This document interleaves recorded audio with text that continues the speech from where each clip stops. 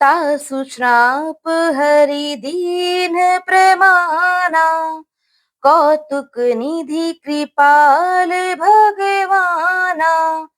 तहाँ जलंधर रावण भयउ, रनहति राम परम पद दयऊ।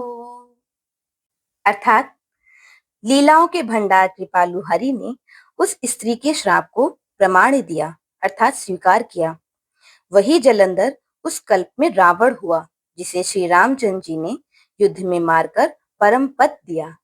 एक जन्म कर कारनेहा, जेहि लगी राम धरी नर देहा। प्रति अवतार कथा प्रभु केरी, सुनु मुनि बरनी कबिन गनेरी। अर्थात एक जन्म का कारण यह था जिससे श्री रामचंद्र जी ने मनुष्य देह धारण किया। हे भरद्वाज मुनि, सुनो, प्रभु के प्रत्येक अवतार की कथा का कवियों ने नाना प्रकार से वर्णन किया है। नारद श्राप दीन है एक बारा, कलप एक तेहि लगी अवतारा। गिरिजा चकित भई सुनि बानी, नारद विष्णु भगत पुनि ज्ञानी।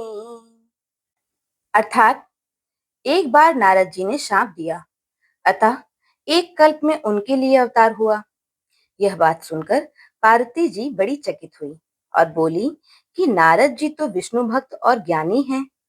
कारण कवन श्राप मुनि दीन्हा, का अपराध रमापति कीन्हा।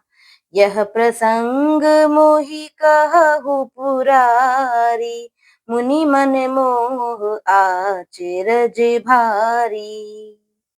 अर्थात मुनि ने भगवान को शाप किस कारण से दिया? लक्ष्मीपति भगवान ने उनका क्या अपराध किया था? हे पुरारी, यह कथा मुझसे कहिए। मुनि नारद के मन में मोह होना बड़े आश्चर्य की बात है। बोले बिहसी महेश तब, ज्ञानी मूढ़ न कोई।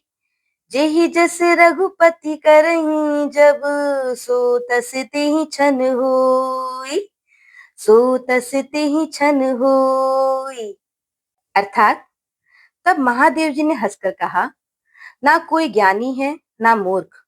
श्री रघुनाथ जी जब जिसको जैसा करते हैं वह उसी क्षण वैसा ही हो जाता है।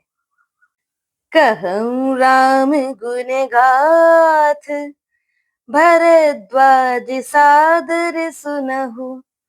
भव भंजन रघुनाथ, भजु तुलसी तजि मान मद। अर्थात याज्ञवल्क्य जी कहते हैं, हे भरद्वाज, मैं श्री रामचंद्र जी के गुणों की कथा कहता हूँ, तुम आदर से सुनो। तुलसीदास जी कहते हैं, मान और मत छोड़कर आवागमन का नाश करने वाले रघुनाथ जी को भजो। बोलो सियावर रामचंद्र जी की जय।